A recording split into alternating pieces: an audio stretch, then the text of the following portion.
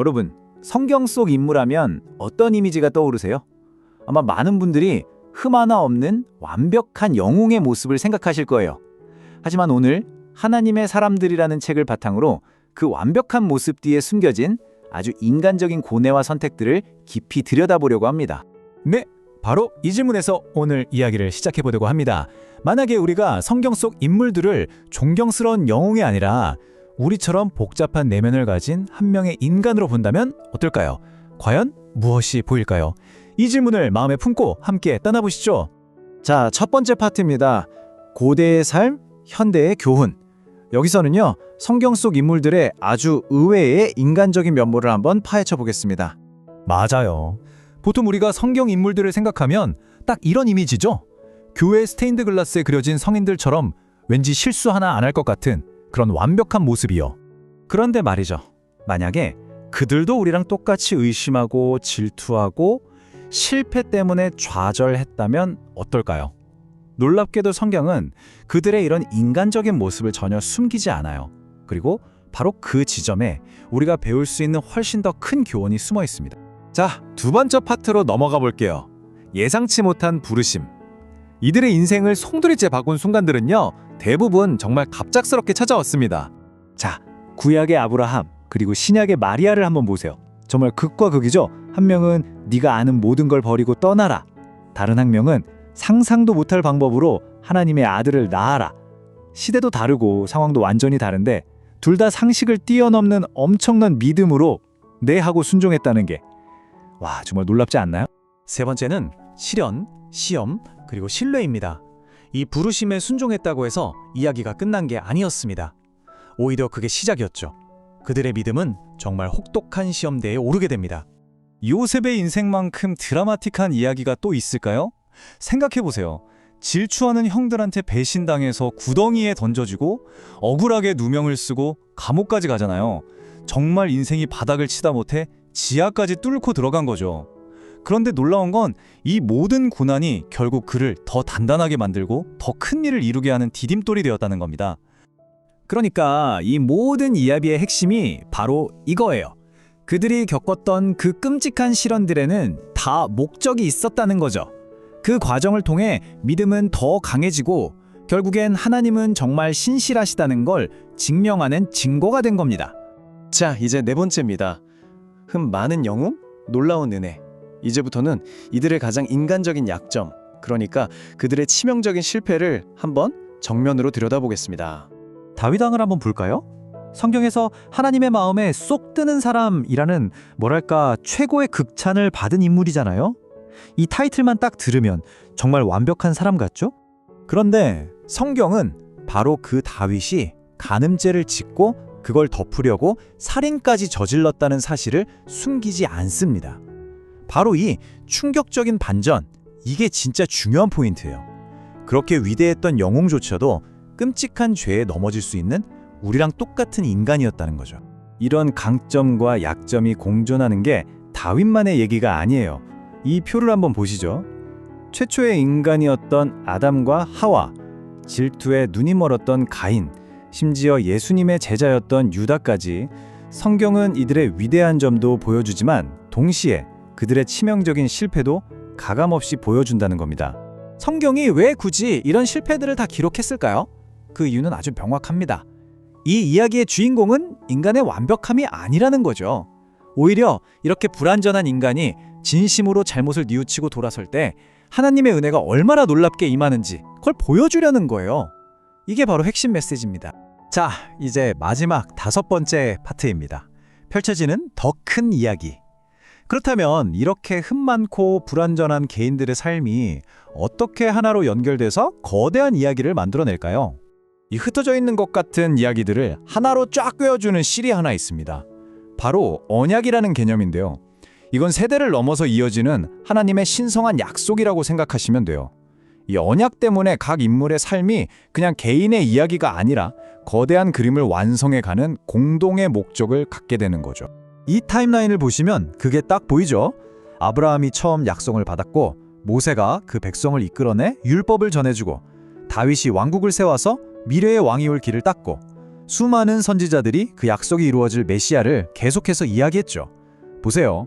다들 따로 노는 게 아니라 하나님의 큰 계획이라는 거대한 사슬에서 꼭 필요한 연결고리 역할을 했던 겁니다.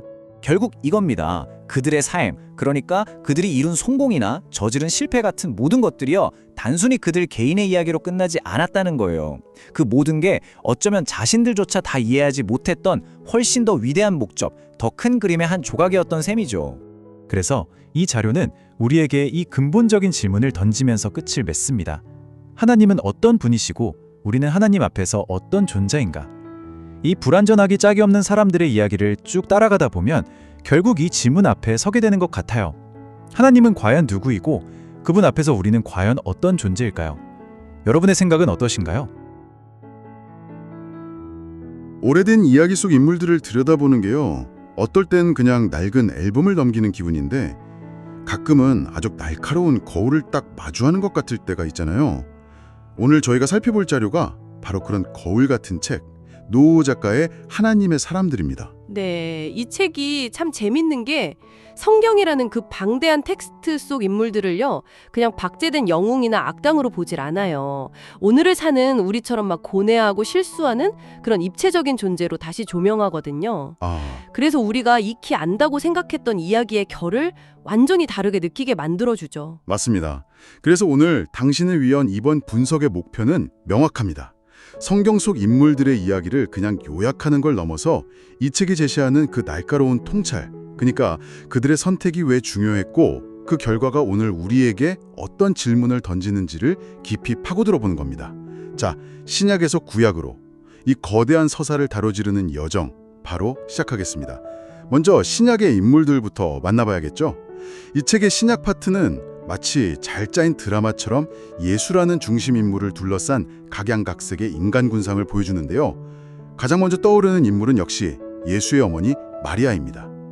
보통은 그녀를 그냥 순종의 아이콘으로만 기억하잖아요. 그렇죠. 하지만 이 책은 마리아의 순종을 조금 다른 각도에서 보더라고요. 그걸 단순히 네, 알겠습니다 하는 그런 수동적인 태도가 아니라는 거예요. 그럼 뭔가요? 자신의 인생 전체가 사회적으로 완전히 파괴될 수 있는 그 위험을 감수하고 내린 주체적인 결단으로 본다는 점이 아주 흥미롭습니다. 주체적인 결단이요. 네, 당시 미혼모가 겪어야 할 그 냉대와 위협을 생각하면 이건 뭐 조용한 순종이 아니라 세상을 향한 가장 급진적인 저항이었다는 거죠. 와, 정말 그렇네요. 하나님의 뜻이라는 명분이 모든 걸 해결해주지 않는 그 현실 속에서 내린 결정이니까요. 그런가 하면 정반대의 선택으로 비극을 맞이한 인물 가룟 유다의 이야기도 이 책에 아주 깊게 파고들어요. 흔히들 은돈 30의 스승을 판 배신자, 여기서 딱 끝나는데 저자는 그 동기를 훨씬 복잡하게 분석하더군요. 맞아요.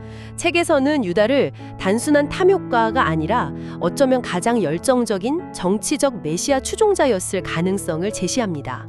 정치적 메시아 추종자요?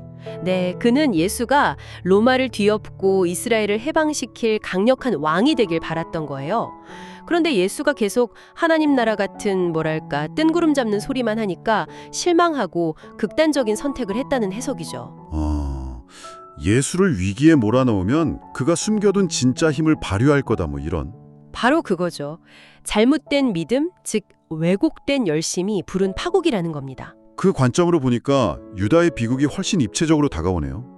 자신의 신념에 대한 확신이 얼마나 위험할 수 있는지도 보여주는 것 같고요. 신약 인물들 중에 제가 이 책을 읽으면서 가장 인상 깊었던 건 정말 의외의 인물이었어요. 바로 구레네 사람 시몬이었습니다. 십자가를 억지로 대신 진 사람이죠. 시몬. 정말 흥미로운 인물이죠. 다른 모든 인물들은 어떤 식으로든 예수를 선택하잖아요. 따르거나 배신하거나 아니면 외면하거나. 근데 시몬은 아무런 선택권 없이 그냥 로마 군인의 폭력에 의해서 강제로 예수의 고통에 동참하게 됩니다. 바로 그 지점입니다. 책에서는 이 강제성에 주목하더라고요. 우리의 삶에도 정말 예고 없이 내 의지와 상관없이 무겁게 짊어져야 하는 짐들이 있잖아요. 그렇죠. 시몬의 이야기는 그런 원치 않는 고난의 한복판에서 가장 중요한 역사가 이루어질 수도 있다는 역설을 보여준다고 분석해요. 어쩌면 가장 진정한 의미의 제자도라는 건 화려한 고백이 아니라 이름도 없이 묵묵히 남의 짐을 함께 져주는 그 행위 자체일 수 있다는 거죠. 그리고 그 짐을 내려놓은 후에 그의 인생이 과연 어떻게 변했을까? 이걸 상상하게 만드는 힘이 있죠. 물론 책은 아리마대 요셉이나 베다니의 마리아처럼 자신의 것을 아낌없이 내어놓는 헌신적인 사랑이나 야고보처럼 신념을 위해 목숨을 내놓는 순교자의 용기도 아주 중요하게 다룹니다.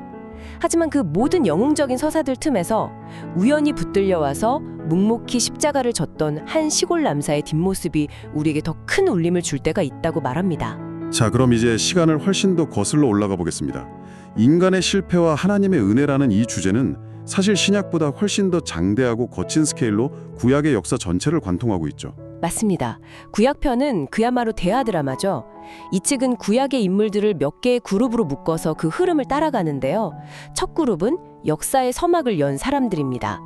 아담과 하와, 가인, 노아 같은 인물들이죠.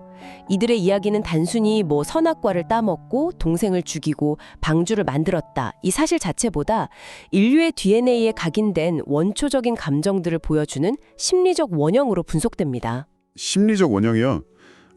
좀 더 구체적으로 설명해 주시겠어요? 예를 들면 이런 겁니다. 아담과 하와의 불순종은 단순히 규칙을 어긴 행위가 아니고요. 자신의 한계를 인정하지 않으려는 인간의 교만, 그리고 실패의 책임을 서로에게 떠넘기는 관계의 파괴를 상징한다는 거죠. 아들 가인의 살인은 인류 최초의 살인 사건, 이걸 넘어서 타인의 성공을 인정하지 못하는 비교의식과 시기심이 어떻게 폭력으로 이어지는지를 보여주는 원형적 서사라는 겁니다. 그렇군요. 신화 같은 이야기 속에 담긴 인간 본성에 대한 통찰이네요. 그런 혼돈 속에서 유일하게 순종했던 노아의 이야기는 그럼 어떻게 해석하나요? 책에서는 노아의 순종을 이해할 수 없을 때에도 신뢰하는 능력으로 정의합니다. 이해할 수 없을 때에도 신뢰하는 능력? 네. 맑은 하늘에 대고 배를 짓는다는 건 당시 사람들에게는 완전히 미친 짓이었을 거거든요. 노아의 위대함은 하나님의 계획을 전부 이해해서가 아니라 이해할 수 없는 그 상황 속에서도 그저 묵묵히 자기 할 일을 해냈다는 데 있다는 거죠. 하긴 세상의 조롱 속에서도 자신의 소명을 따라가는 그 고독한 길의 중요성을 보여주는 인물이네요. 다음 그룹은 믿음의 조상들인 아브라함과 요셉이군요. 특히 아브라함은 믿음의 조상이라는 칭호 때문에 너무 거룩하게만 느껴지는데 이 책은 그의 인간적인 면모를 많이 부각시키더라고요. 아주 중요한 지점입니다. 책은 아브라함의 믿음을 완성된 형태로 보지 않아요. 계속해서 의심하고 흔들리고 심지어 하나님과 언쟁까지 벌여가면서 만들어져가는 믿음으로 묘사를 합니다. 만들어져가는 믿음이라? 네, 아들을 바치라는 그 명령 앞에서 그가 겪었을 법한 내면의 처절할 갈등, 또 아내를 누이라고 2번이나 속이는 그런 비겁한 모습까지 가감없이 보여주죠. 이를 통해서 성경이 말하는 믿음이란 완벽함이 아니라 깨지고 넘어지면서도 결국 하나님께로 돌아오는 관계의 지속성에 있다는 걸 강조합니다. 요셉의 이야기도 빼놓을 수 없죠. 형들에게 팔려가서 노예 생활에 감옥살이까지 결국 이집트의 총리가 되는 그야말로 파란만장한 인생인데요. 이 책은 요셉의 성공 신화보다는 그가 겪은 트라우마와 용서의 과정에 집중하더라고요. 맞습니다. 보통 요셉이 형들을 만나고 하나님이 모든 것을 선으로 바꾸셨습니다 하면서 쉽게 용서한 것처럼 묘사되곤 하잖아요. 네, 그렇죠. 하지만 책은 그 과정을 훨씬 더 복잡하고 인간적인 심리의 드라마로 분석합니다.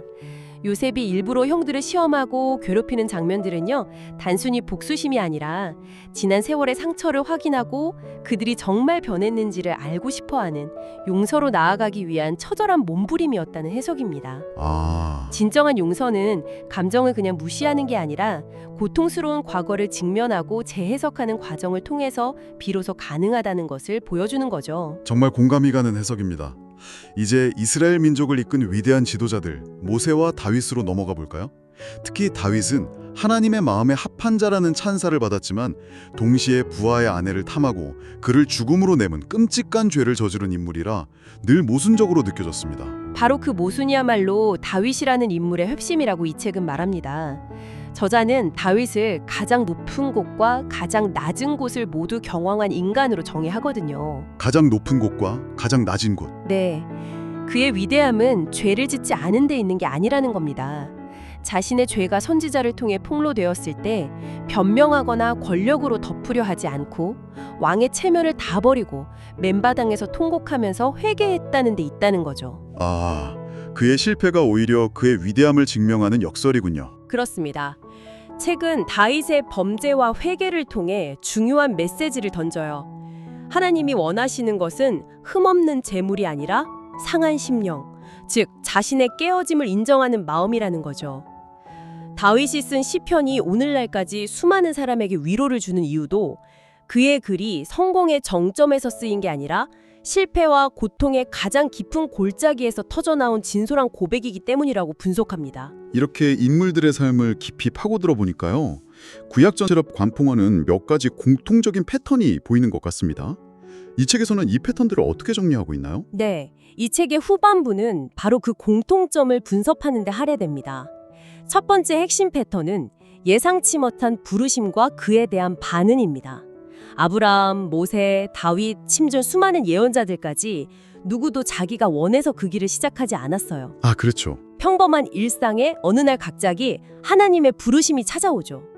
그리고 그 이해할 수 없는 부르심에 순종하느냐, 불순종하느냐가 개인과 공동체의 운명을 가르는 분기점이 됩니다. 결국 모든 이야기는 하나의 질문, 당신은 부르심에 어떻게 응답할 것인가?